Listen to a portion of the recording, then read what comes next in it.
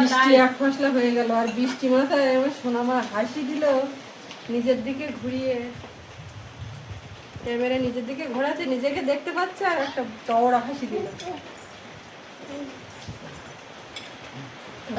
নাচো নাচো, একটু নাচো নাচো করো, একটু নাচো নাচো করো। ও তুমি ভুলে গেছো? বৃষ্টি থেমে গেছে ভাবলাম, কিন্তু আবার আসছে।